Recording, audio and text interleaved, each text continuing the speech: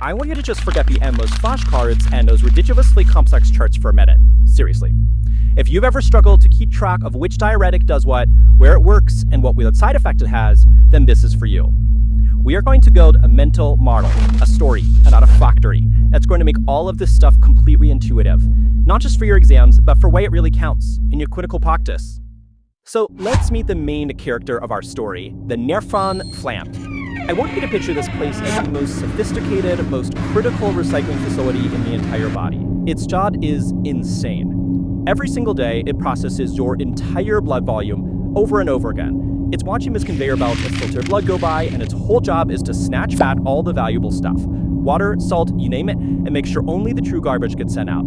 If this plant goes down, believe me, the whole system collapses. Okay, our tour of the plant is going to start where the real action is, where all the muscle is. We're about to see how the most powerful diuretics get their job done. And they do it by committing a little industrial sabotage. Here we are. Welcome to the thick ascending limb of the loop of Henle.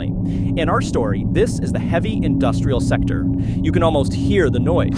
This place is loud, it's powerful, and it's where the most demanding, back-breaking work in the entire factory happens.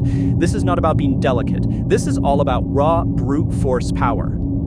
So who's working here? Meet the heavy lifters. These are your MKCC2 co-transporters. And just watch their technique. It's incredible. In one single powerful motion, each worker grabs 1 sodium, 1 potassium, and 2 chloride ions right off that conveyor belt.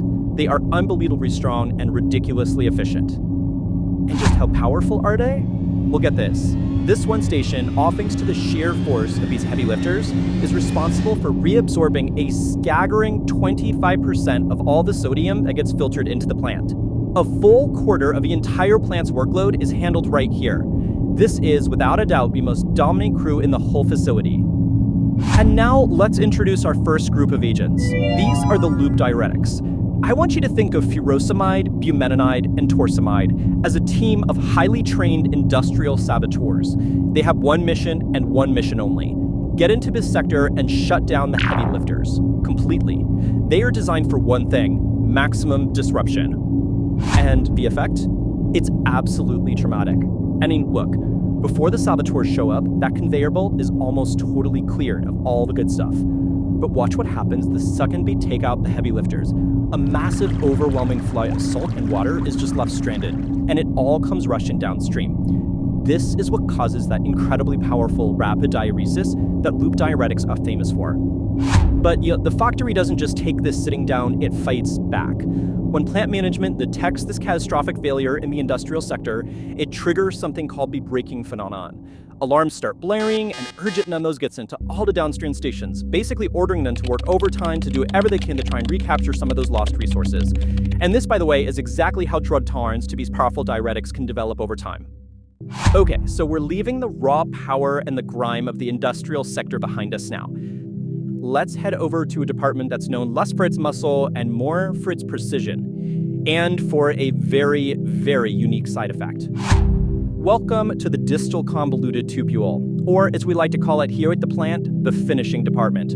All the heavy lifting is done, but work here is way less about bulk removal and a lot more about fine-tuning, specialized reclamation projects. The workers in this department are the NCC co-transporters, and we call them the specialists. Now, these guys are not built for raw power like the crew we just met. Their job is much more delicate. Each one just grabs a single sodium and a single chloride ion. They handle a much more modest, but still very important 5 to 10% of the total sodium load. And this right here is where things get really, really interesting. The drug that target these specialists, we're talking about the Thiazide Diuretics, they cause a much gentler diuresis, right? But they are hiding a fascinating secret. It turns out that when you shut down the specialists, you inadvertently supercharge a totally separate system that's responsible for saving calcium. And that is the complete polar opposite of what happens with our heavy lifters, who actually cause calcium to be wasted and dumped out.